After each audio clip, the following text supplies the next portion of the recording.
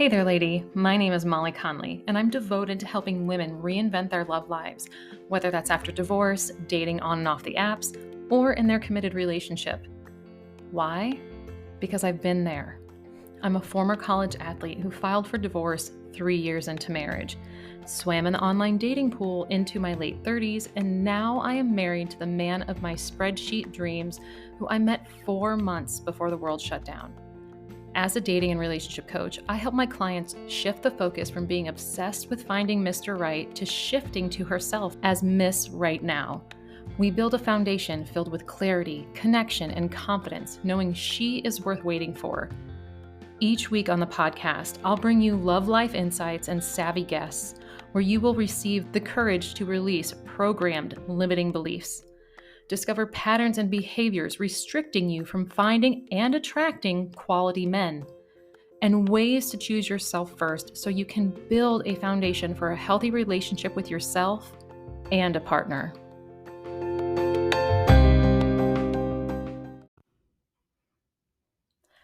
Why, hello there, lady. Hope you're having a wonderful week so far.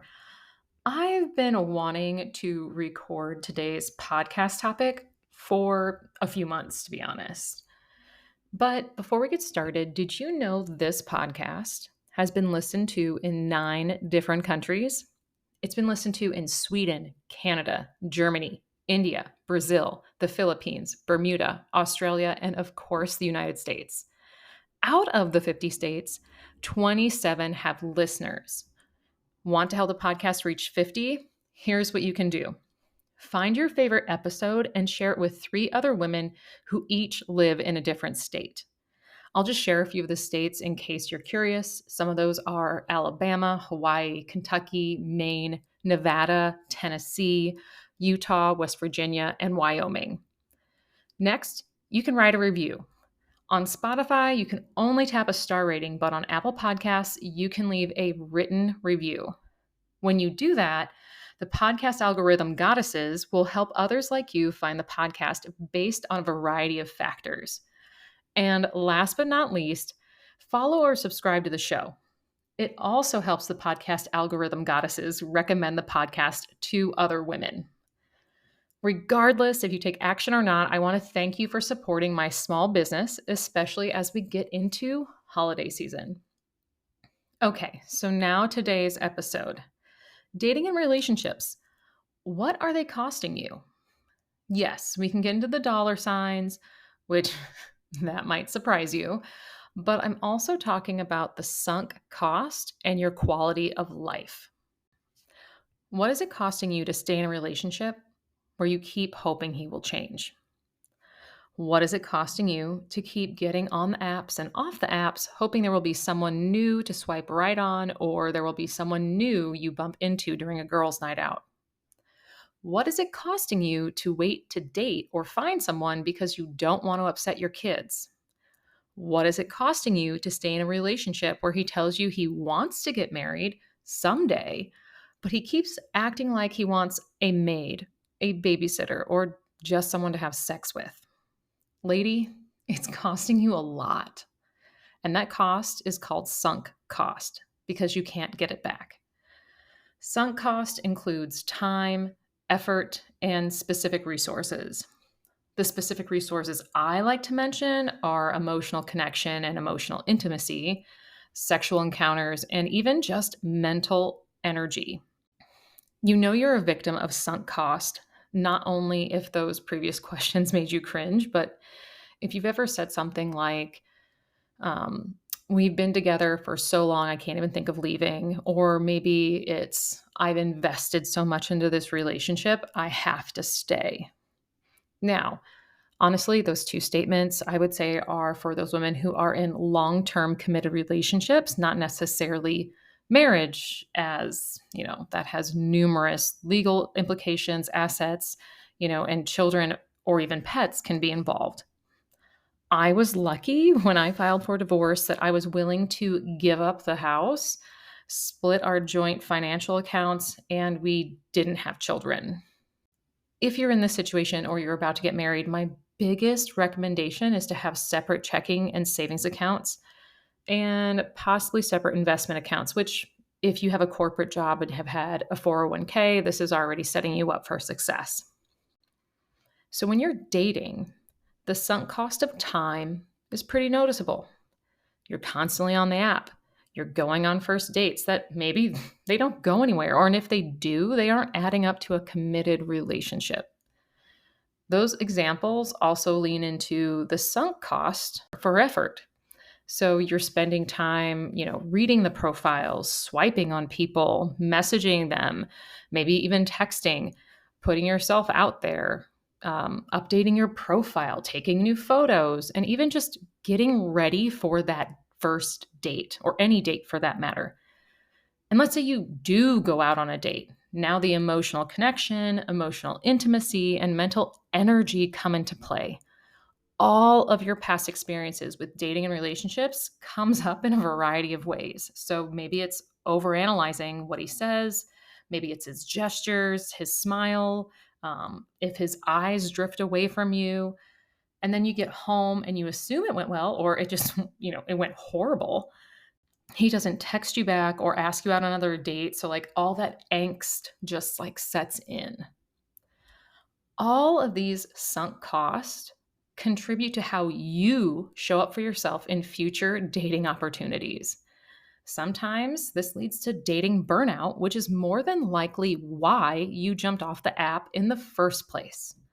Sometimes it leads you to compromising your values or what you think you want just to have that feeling of connection or love, even if it's for a brief moment on a date or even, a sexual encounter. When you're in a relationship and you've put the effort in the relationship, you can become numb to these specific resources. You have sex just to get off, or you're just trying to get him to love or appreciate you more.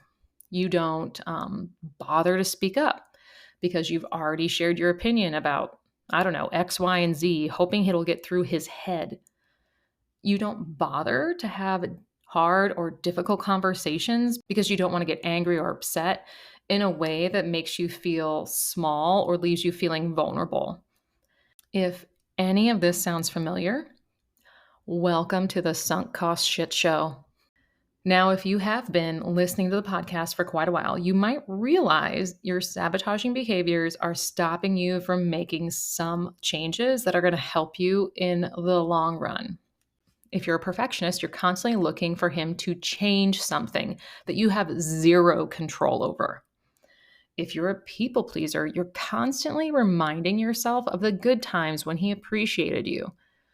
Or maybe you're hearing from others that he's perfect or, they would do anything to be with a man like that. You're staying in a relationship based on other people's interpretations of your relationship, which is a form of people pleasing mixed with perfectionism. And to be honest, that is what I did in the first year or two of my first marriage back in 2008. I knew it was really honestly over before it even began. So, all of this, the shit show, doesn't sound like a life you want to live, does it?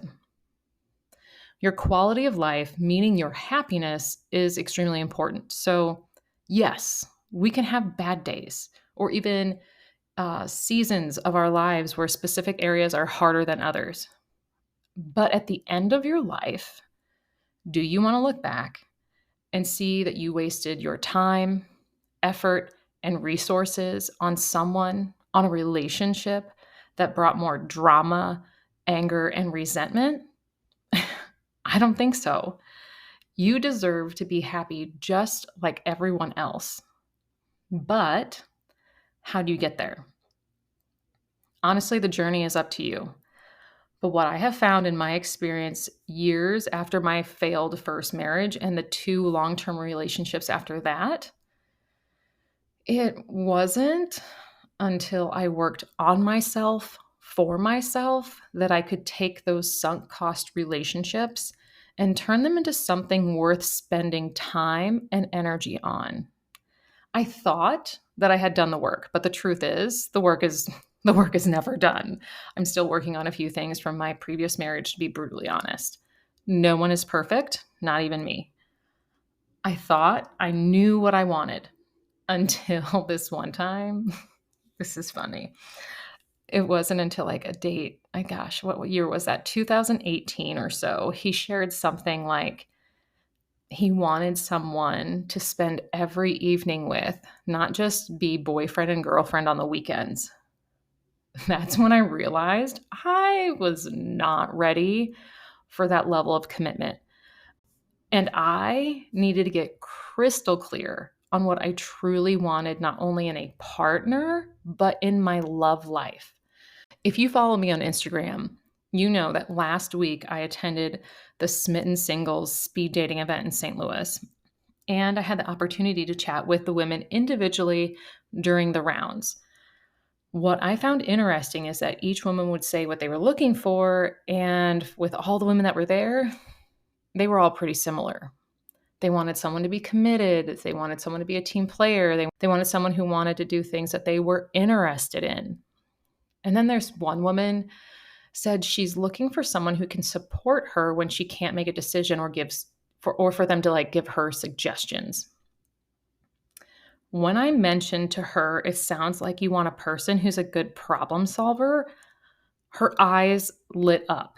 She never put two and two together and was able to simplify this one quality. Now she can be aware of how a man is a problem solver in numerous areas. Like, is he able to problem solve at work? Can he problem solve like if he's got a flat tire?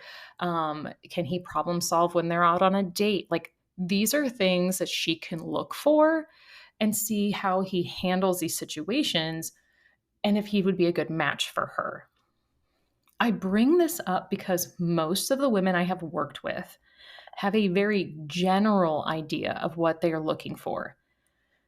They think this keeps their options open and it lowers their so called high expectations. But in reality, this is the reason why they become burnout when dating on the apps, or they say they can't find quality men. Does this sound like you? If so, I'm creating something super special just for you that I typically do with my one on one clients over a series of 3 1-hour sessions. Details will be shared to my email list as part of my holiday promotions. Otherwise, you'll hear more about it by the end of the year. If you're interested and you're not on my email list, get on my list. You can do this by going to my website, scrolling down to the very bottom and signing up for Lady Love Lessons. Or you can take my 16-question quiz that takes you through different dating and relationship scenarios to determine what's sabotaging your love life. Links to my website and the quiz are going to be in the show notes. Okay, lady, I have 2 solo episodes dropping next week. Make sure to hit that follow or subscribe button so you don't miss these. Enjoy the rest of your day, your week, and I will chat with you next time.